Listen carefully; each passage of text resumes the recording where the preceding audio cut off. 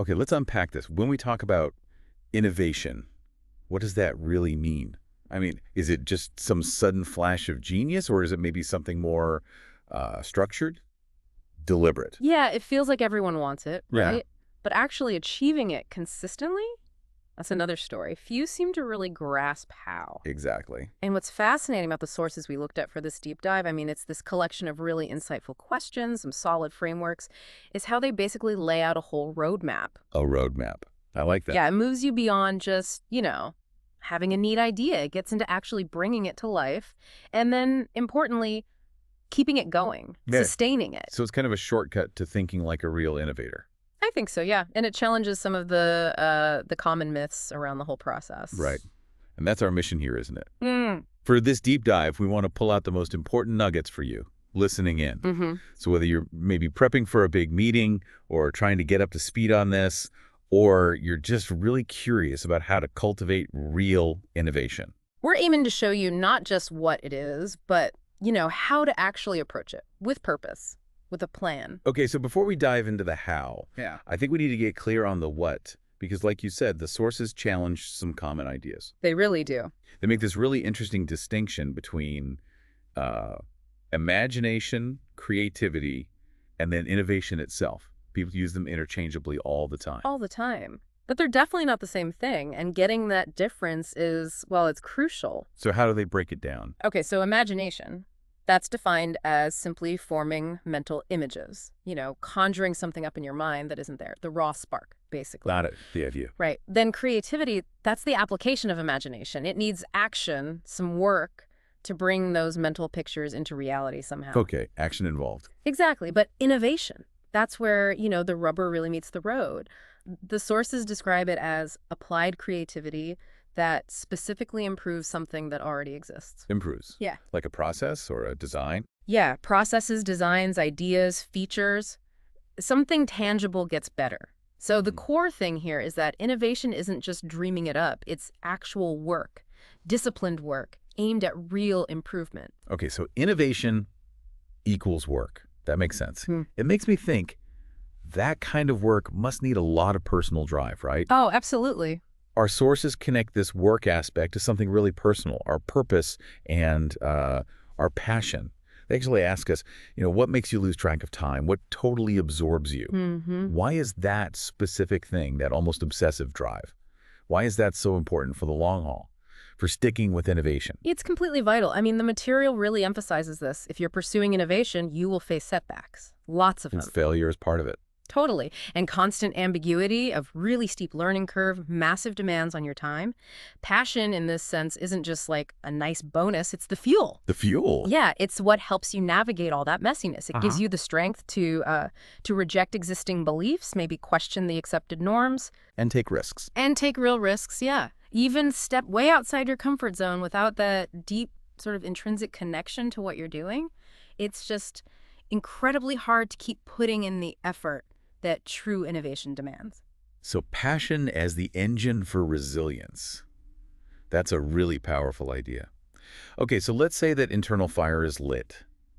The passion is there. Right. What next? Right. The what do I actually do question. Exactly. And this is where that practical checklist from the source, the Innovation Coaching Program, seems really useful. Oh, it's brilliant. The questions in there really push you. They make you think like an investor almost, demanding you get the full picture, your vision, the market, what makes you unique before you even start building anything. So what kind of questions are we talking about? Well, it kicks off with strategic clarity. Things like, what is your vision? What are the objectives, the scope of the innovation? How are you planning to scale it? And crucially, what risks, what costs are you actually prepared to accept? That's pretty fundamental stuff. Definitely. Then there's this relentless focus on the customer. Questions like, who is the target customer? What do they really value? What will they pay for? That last one's key. Absolutely. And how easy will it actually be to persuade customers to buy or use this new thing? Also, thinking ahead, how will customers talk about your innovation after they've experienced it? The post-experience buzz. Right. And this raises a really critical point the source makes. Will you give customers what they want now or what they will want? Oh, that's interesting. The future need versus the current one. Exactly. And it pushes further. How can you even try to identify what customers and potential customers might want down the line? Wow, okay, that's a huge challenge, anticipating future desires. How does the source suggest tackling that? Or does it just highlight the difficulty? It acknowledges the challenge for sure, but it frames it within a proactive approach. It ties it directly to your competitive edge. It pushes you to aim for best in class, ahead of the curve, offering a unique selling point. It asks you straight up, what technology, design, functionality, features do you have that keeps you ahead? And do you really know what your competitors have now, plus what they will have soon? So deep market intelligence is non-negotiable. Absolutely. You have to know that landscape inside and out. And it seems like it also forces you to look inwards, too. The material talks about how our own existing assumptions can be major roadblocks. That's a big one. It asks point blank, are existing assumptions about the market restricting you? And maybe even more importantly, how do you look at the situation, the market, the industry from different viewpoints? Yeah, it's not just about what's out there, it's about how you're seeing it. Are you stuck in one perspective? Are you open to completely new angles? That ties really nicely into the creative process itself, doesn't it? It does, and the source outlines that process very clearly using those 4 classic stages: preparation, incubation, illumination, and verification. Okay, walk us through those briefly. Sure, so preparation, that's the deep dive. In-depth thinking, really understanding the subject, investigating the problem or the opportunity thoroughly, laying the groundwork. Right, the homework phase. Pretty much. Then incubation, this is interesting.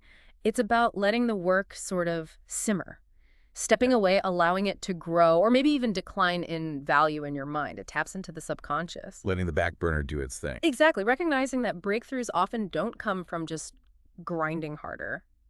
Then illumination, that's the famous aha moment. The light bulb clicks on? Right. And it often comes directly because of good preparation and incubation. The source really stresses, capture those thoughts immediately when they hit. Don't let them float away. Good advice. And the last stage? Verification. This is where you challenge it, test it rigorously, not just under today's conditions, but thinking about probable future conditions too.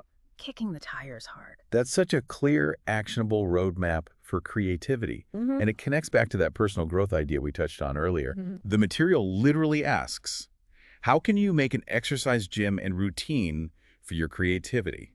I love that analogy. Oh, you too. It frames creativity like being an Olympic athlete versus just a couch potato. So for you listening, what are some concrete things you can actually do to become that creative Olympian? Well, it's about being intentional, developing specific skills. The sources point to things like collaboration, really keen observation, active listening. Soft skills that are actually hard skills. Exactly. And resourcefulness, resilience, being willing to challenge assumptions your own and others, and constantly asking questions. It also talks about identifying what actually stimulates your imagination versus what kind of shuts it down. Knowing your triggers, good and bad. Precisely. And this leads to another important question it poses. Where do you see signs of a fixed mindset in yourself or your team that could shift towards a growth mindset? Because that shift is crucial for unlocking new ideas and seeing opportunities. It really is like training, isn't it? Building that mental muscle for ideation. Definitely. Like training for a marathon, but for your brain. Okay, so let's fast forward. We've done the prep, the incubation, and we've had the aha moment. We're working on our creative fitness. Now, how do we get from idea to reality? Execution time. Right.